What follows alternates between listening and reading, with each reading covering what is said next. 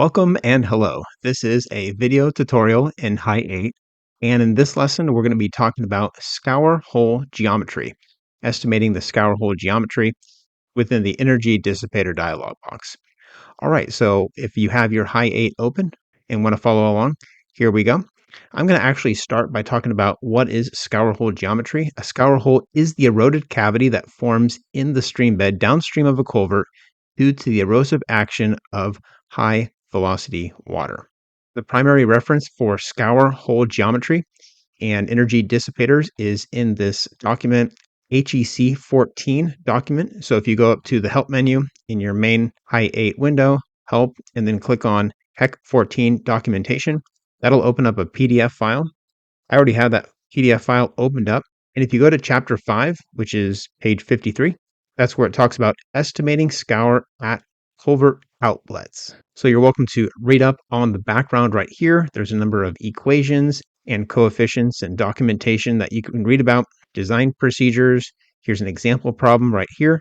So anyway, what we're about to talk about in HY-8 is based on a lot of research and equations. I'm just letting you know that you can find that in the HEC14 document. Okay, let's go ahead and get started now. Right now, I already have a culvert with a design discharge of 200 CFS, and the scour hole geometry calculator is buried within the crossing data dialog box. So go ahead and open that up first.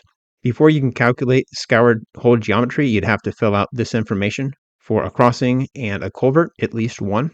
And then come down here to this energy dissipation button. Go ahead and click on that. And now we have a energy dissipation dialog. At the very top of this dialog box, we have a drop down, and our options are estimate scour hole geometry. That's what we're going to be doing in this video. And there's also a couple options for designing internal and external dissipators. So that'll be in a different video. So we're going to keep it right here at estimate scour hole geometry. And then what we want to do is specify the crossing, culvert, and flow rate, as well as some other data, such as the sediment down here, and then we'll get some results. So that's how this calculator works. This culvert data right here, this is all calculated. So let's just go ahead and do a quick example. First, select the crossing, and I only have one crossing. Then select the culvert within that crossing, and I also only have one culvert. Then select the flow rate. So this should be the range of flow rates that you've entered in. Let's go ahead and select 100 CFS. And then down below here, we have some calculated values or given values. So for instance, this particular culvert I've already set to be 6 feet wide, 5 feet high. It's a box culvert. And then here is the depth for that selected 100 CFS. If I select 200 CFS, then the depth would be higher, 2.55 versus 100 CFS, 1.52. Outlet velocity, fluid number, tailwater depth, velocity, and slope.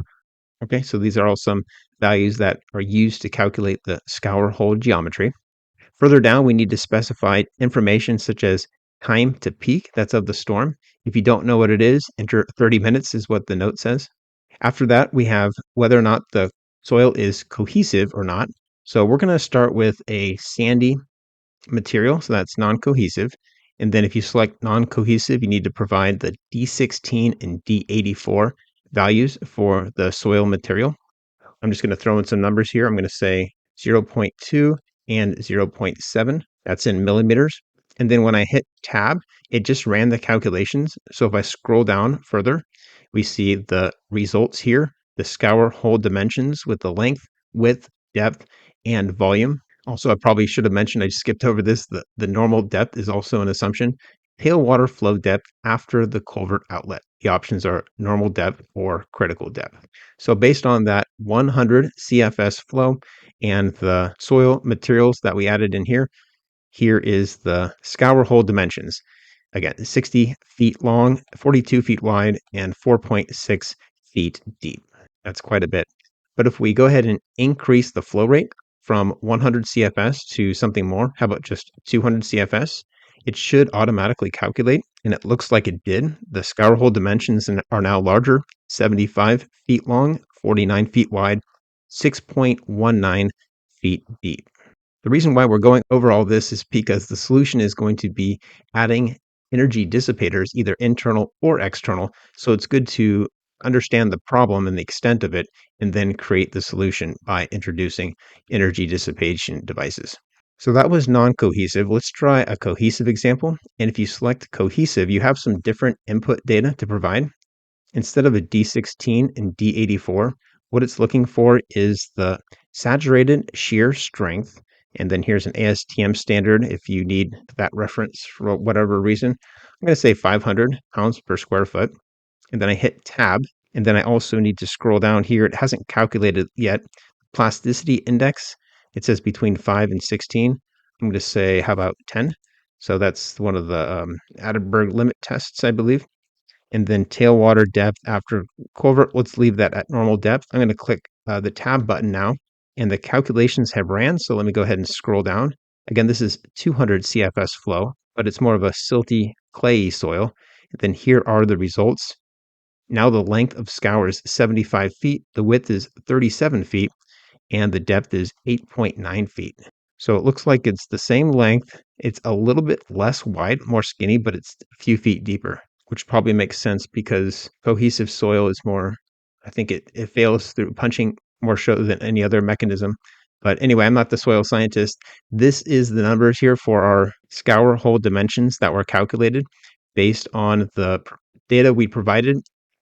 If you want to export the report of what you're seeing here on the screen, those same features we've seen in other dialog boxes are available in the energy dissipator dialog box as well, even for the estimate scour hole geometry feature.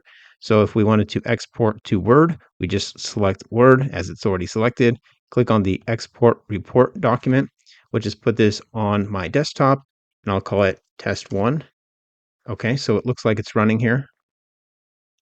Okay, so that opened up, and then boom, here are the energy dissipation results for scour hole geometry.